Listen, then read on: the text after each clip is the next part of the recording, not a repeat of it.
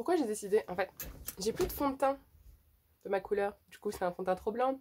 Du coup, ça ressort bizarre. Mais bref. Est-ce que je commence à fatiguer? Ouais, clairement. Allez, dernière vidéo. On est parti. Cette fois-ci. Go. Coucou, j'espère que vous allez bien. Et si tout se passe bien, c'est merveilleux. J'espère que vous allez bien. Et cette fois-ci, on se retrouve avec une revue. Et c'est la dernière de la semaine. Les prochaines seront sur le blog, donc n'hésitez pas à voir ça. Ou sinon à voir mon Goodreads, parce qu'à chaque fois que je termine un livre, je mets une mini-revue. Et vous pouvez aussi voir au fur et à mesure l'évolution de ma lecture. Parce que je mets ça en story Instagram, je mets ça sur Goodreads. Parfois, je mets ça sur Twitter si je m'en sens l'envie d'aller sur ce site toxique. Et surtout pour parler à mes amis. Et sinon, ouais, tout se passe sur Instagram, Bookstagram, Goodreads et bientôt maintenant le blog. Enfin, de toute façon, le blog, toutes les semaines, je fais comment dire, un mini article, enfin un article du coup de update lecture avec des revues comme dans les vidéos. Mais voilà. D'ailleurs, je sais pas si personne a remarqué, mais j'ai mis du violet, ou du orange, du violet sur mes paupières et en fait, bah ça ressort pas. Parce que je suis aussi rouge. Mais bref, aujourd'hui, je vais vous parler de Loveless de Alice Oseman, qui est donc un livre qui se centre sur la jeune Georgia, qui est une adolescente, jeune adulte, qui se découvre et qui se pose des questions et sur son identité et sur son orientation et sur à quoi elle s'identifie. Et un instant. Donc,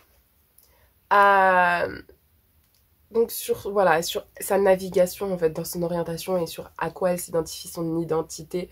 Et elle va passer par des expériences qui sont assez similaires aux miennes, que je regrette avoir eues parce que ça m'a autant blessé moi que ça a blessé la personne en face, et j'en suis toujours autant désolée. Mais parfois en fait pour pouvoir se retrouver il faut qu'on fasse des choses et malheureusement enfin c'est aussi avec la société parce que je suis aussi d'avis qu'à force de lire de la romance, avoir des personnages, en fait, avoir des relations, je me dis mais en fait c'est tout à fait naturel en fait d'en avoir et c'est moi en fait qui suis bizarre de pas vouloir. Et c'est exactement le raisonnement en fait qu'a Georgia et donc elle a carrément internalisé ces questions et cette aphobie en fait qu'a la société. Qui est de, tu vas pas trouver la bonne personne, teste avec une personne que t'aimes, que t'apprécies, vois avec cette personne qui a un crush sur toi, et vois en fait comment ça se passe, et ensuite comment tu gères le truc. Et franchement, je trouve que c'est assez problématique, il faut pas penser comme ça, parce qu'on se blesse soi, on peut perdre une part de soi en fait d'une certaine manière, et on blesse en fait la personne qui est en face, et on risque de traumatiser à notre manière la personne en face. Donc, voilà. Comment dire, franchement, euh, l'aspect asexuel. Je vais juste parler de l'aspect asexuel dans ce livre-là et je vous parlerai d'autres choses après parce que il y a vraiment des côtés qui sont sympathiques dans ce livre, mais il y a des côtés en fait qui font que ce livre peut être dangereux sur certains aspects. Loveless. On a Georgia qui arrive à l'université, qui sympathise avec une fille qui s'appelle Rooney. Euh, quelque chose. Et donc, en fait, elle va au fur et à mesure de sa vie se poser, enfin de son expérience, des jours, se poser des questions sur, mais voilà, en fait, j'ai un crush sur quelqu'un, mais en fait, est-ce que j'ai vraiment eu un crush sur quelqu'un? J'ai eu un crush pendant des années, mais j'ai eu un crush. J'ai pas aimé cette personne. C'est bizarre. Est-ce que j'aime une personne? Est-ce que je suis attirée par cette personne? Ou quoi que ce soit. Et du coup, en fait, ben, elle va arriver au raisonnement où elle est aromantique et sexuelle.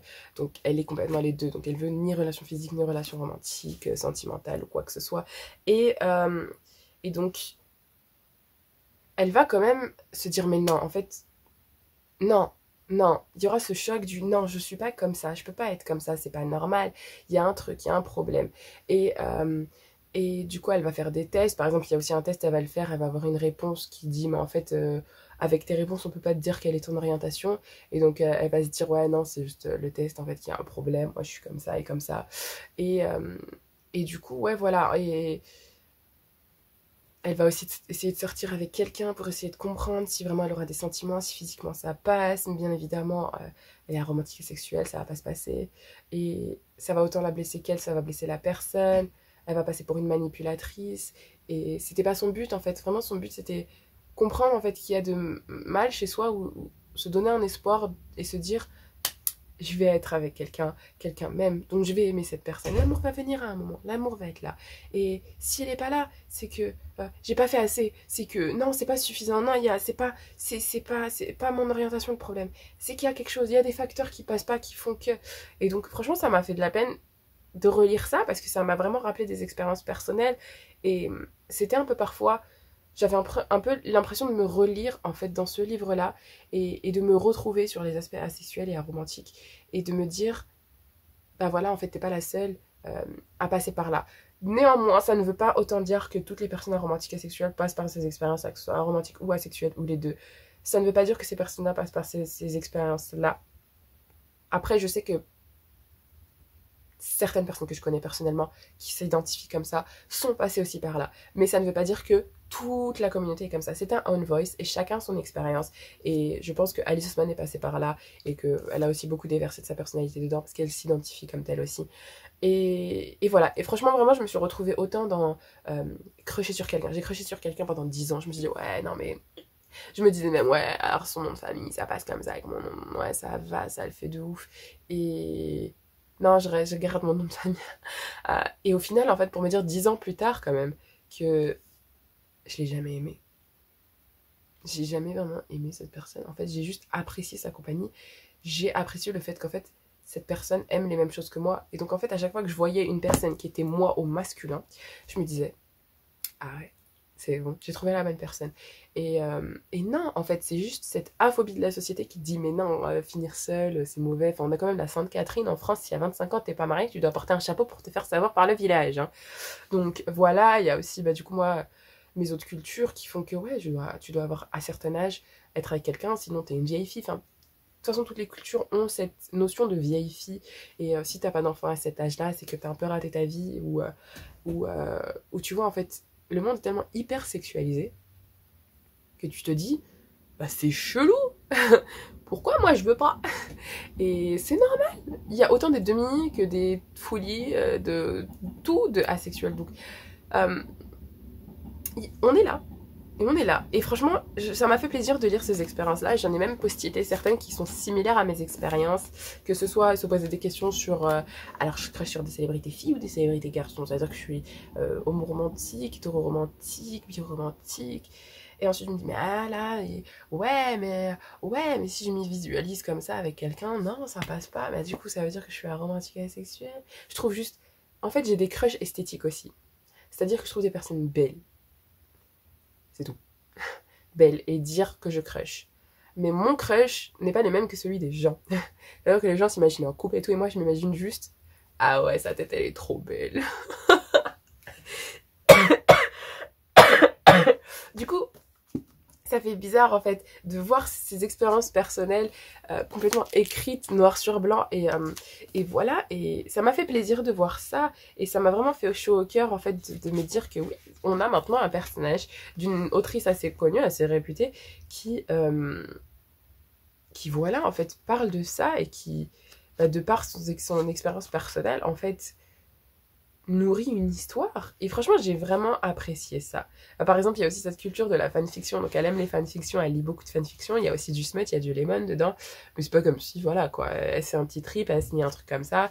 On est tous là à se lire des petits trucs, quoi, de temps en temps. Du coup, je sais pas, ça m'a fait plaisir de lire ça. Néanmoins, il y a vraiment pas mal d'aspects négatifs dedans. C'est-à-dire que beaucoup de personnes, du coup, se disent que, ouah, c'est l'expérience Aro Ace par excellence et que tout le monde doit passer par là à un moment ou à un autre. Non.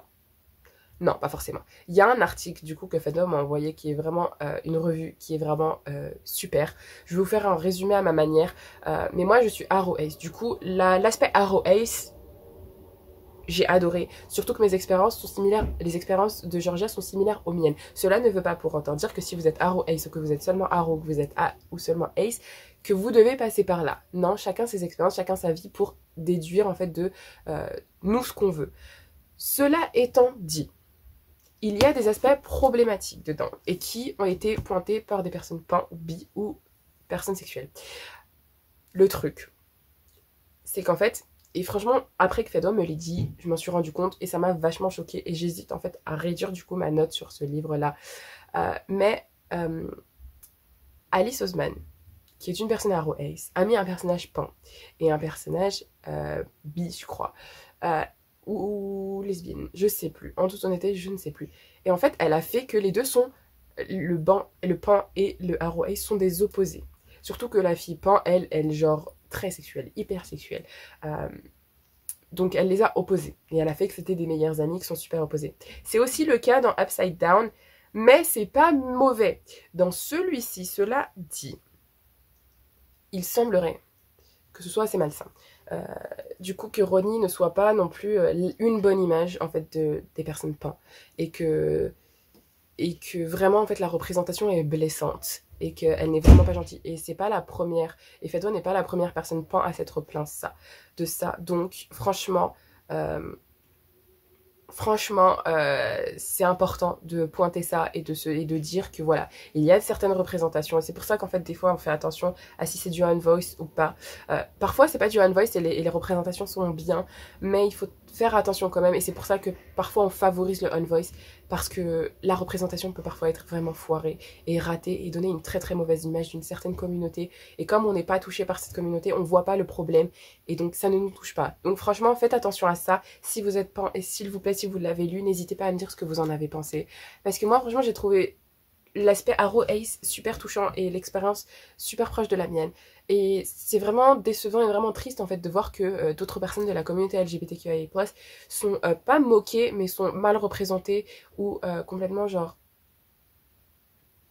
on peut dire moqué en fait dans un sens dans ce livre-là et je trouve ça vraiment dommage.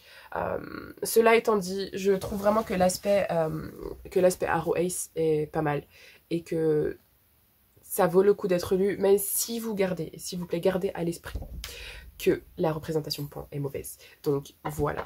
Voilà, gardez ça quand même à l'esprit, on sait jamais. Et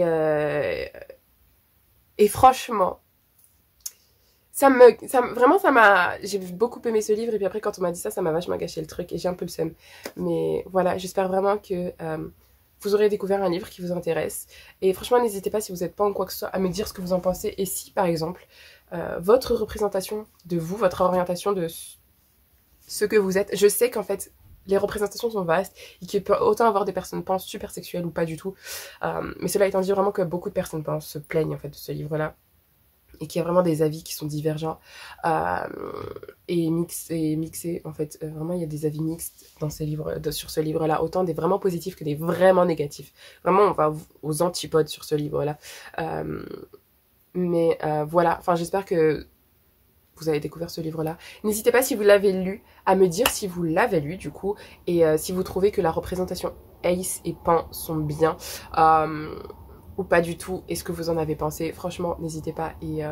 Et voilà, si vous voulez voir au fur et à mesure le statut en fait, de ma lecture de ce livre-là, suivez-moi sur Goodreads ou sur Instagram, où je parle régulièrement de mes lectures. Et voilà, et je vous dis, passez un excellent moment. J'espère que vous avez passé un excellent moment, et je vous dis à une prochaine fois. Prenez bien soin de vous. Je vous fais la bise à distance. Bonne journée, bonne semaine, bon week-end.